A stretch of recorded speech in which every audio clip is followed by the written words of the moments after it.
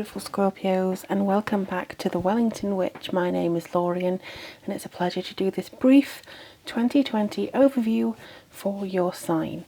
So I'm a fellow Scorpio, and it's going to be really interesting to see what happens. But if you have a Scorpio moon or a Scorpio rising, this could also be relevant to you. So let's just have a look and see what's going on with Scorpio. Whoa. In 2020.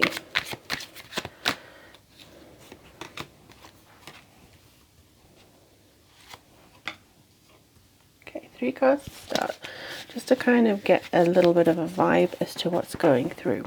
We'll also be looking at the general consensus of maybe the person you are going to be inhabiting, you know, the feeling of like who you will identify as and how you will operate.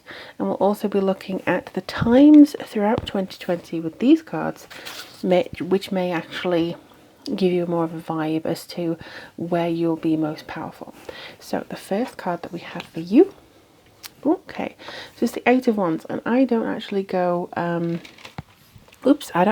into reverse here. I'm just going to move this candle slightly just so you'll be able to see the card in its full glory. So there we go. So you have the 8 of Wands here. Now the 8 of Wands is very much about rapid, I would say challenges are coming through, but also gifts, rewards, things you've been asking for. This is change mostly. It could be movement and travel and relocation. It could also be what you've been asking for. You know, this could be what you have been asking for. This could represent everything that you have been working towards. Let me just get some clarifiers with the other tarot cards here. All right, 4 of Cups. So you may still have a little bit of an issue when it comes to energy in 2020, probably because you have a lot of things on the go. So it will be imperative that you connect within yourself and that you actually listen to your intuition, listen to your body, listen to what is actually happening within you. If you feel tired, don't push on regardless of that. If you are feeling very much like you need a break from something, listen to that. Listen to that inner being, listen to that intuition, because you're going to have a lot of things coming through for you, which I feel you're going to have to compare yourself with to lift yourself to meet. And then we have, wow, you have the Star here, and there we go. You have the Star here, and I am blaming my cards myself for turning them upside down because I don't do reversals, like I say. But the Star is fantastic. The Star, you are the Star of 2020. You have hope, inspiration. You have generosity seeping through your pores. You'll want to give back. The universe has your back, speaking of which. And I also feel like the serenity coming from this. So even though the 4 of Cups, in a way you're disillusioned with something. You're an old hat at something this year. You've been through something probably several times in a row. And you're like, okay, it's similar to past lives. You're like, okay, I've done this lesson now. I don't want any more. I don't want to do anything else. I'm really happy with moving forwards now. You get the opportunity to move forwards, dear Scorpio.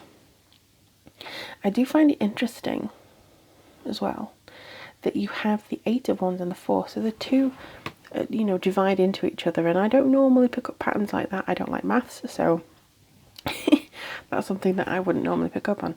But the 4 is about stability, contemplation, especially in the 4 of Cups.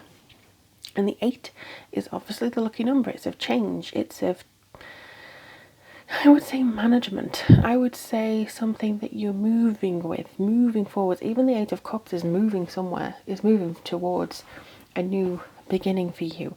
So I honestly believe that the 8 of Wands, the 4 of Cups, the Star, this is all surmounting to something where you feel powerful, where you feel in charge, where you feel like you can get one of these wands and stride forwards like Gandalf over the mountains. There's something that feels like you're surging onwards here. And I'm just going to do one clarifier. Okay, one clarifier card, please. And if you're interested in what cards I'm using the Truth Seekers Tarot, although they're not always called that as far as I'm aware. Alright, one card here. Interestingly enough, I thought this was going to come out. Alright, so we have the Lovers card.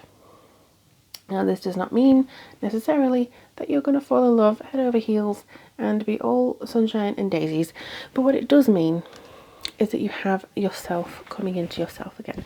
So especially if you have a Gemini rising sun or moon. I have a Gemini moon, so there could be something coming in with the Lovers card here that gives you that sense of belonging. I also see here with the Lovers, it's how to say it, your personal values, your personal beliefs, what you want out of a certain situation, what you deem as equal. I feel that's coming in, but it's also meeting your match. It, to me, sorry, I'm rearranging this, I always do this, you're rearranging yourself maybe as well, but it seems like you're meeting your match. You're coming back into yourself. So a part of yourself that you have maybe felt like you lost is now coming in to be reunited with you. That's how it feels.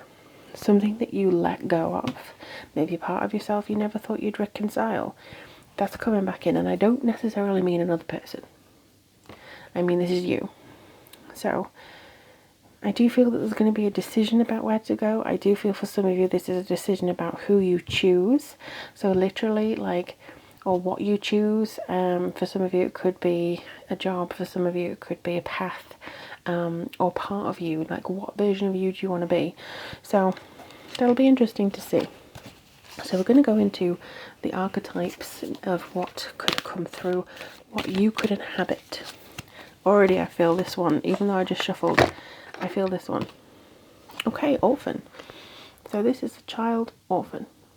And I hope you can see it because I can't see it quite clearly on my camera if it has actually gone into focus here. But it says the light attributes, independence based on learning to go it alone. Conquering fear of surviving. So for some of you, you may have been like, oh, I'm not too sure. Maybe that's the thing. You're getting over your fear. You're getting back into your confidence now and your independence. Your shadow attributes that you could encounter. Feelings of abandonment that stifle maturation. Seeking an appropriate surrogate families. So again, make sure that the people that you connect with are on your level. And also make sure that you are at the level of the people you want to connect with. Some of you, I think you do need to change the vibe of the crowd you're with, and also you should be finding that you're just as good on your own 2 feet as you are with somebody else. So what times of the year will you be most powerful? I'm not getting a clear read on that one, though. Let me just do another shuffle. And this is the Moonology deck. Alright, I've got the first one at the top here coming into focus. This has been coming up a lot lately, so I just think this may be a theme of 2020, what we need to release. But this is the waning moon, so you'll be able to, anything that you've built up over the months, you'll be able to let go of them. And I think this is very important with the child orphan as well.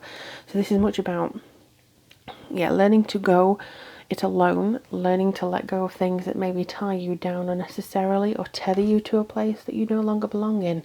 It's fearlessness is what I'm seeing for your year. That's the main word that I'm getting for you guys, Scorpio, fearlessness. Now is the time to stop fannying about. Now is the time to go, oh, but I'm a nice Scorpio, really. Who gives a toss? What you need to do is go into your inner depths, raise hell within yourself, not outside, and just go, you know what, I'm going to do it. Scorpios are the most determined people I have ever met. And I've heard stories, about kids who, they were teased for being overweight, and then suddenly one day they just snapped themselves and said, you know what, I'm just going to eat salad from now on. And it's just a kind of determination that they make. Once you make a decision, once a Scorpio makes a decision, you fulfill it, you complete it wholeheartedly. So what is preventing you from making the decision that 2020 is going to be your year? You make it, no matter what comes to you, what matter challenges or anything. You are supported by the universe, you have the star. So you are going to get back into your strength, back into your swing, and actually, I think, dominate 2020. That's a word that's coming through as well, dominate and fearlessness. Not in a nasty way. There's levels of shade and light to everything, but this is definitely a part of you that is going to dominate 2020. and you're going to be fearless going it alone. Recognize when you need rest, recognize when you need to speak to somebody, but ultimately you're going to be moving forwards on your own path.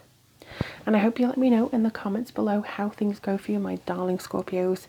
I am one, as I say, so this is looking really good for me. Do check out your sun, rising and moon sign, and if you'd like a personalised 2020 reading where I go into more detail than this, do check out the links below. I invite you to get in touch as well on my email address. But in the meantime, best of luck. I look forward to seeing all your subscribes and all your information. I look forward to seeing all your stories, all your comments about what's coming for you in 2020, and I wish you the very best of luck. Take care, guys.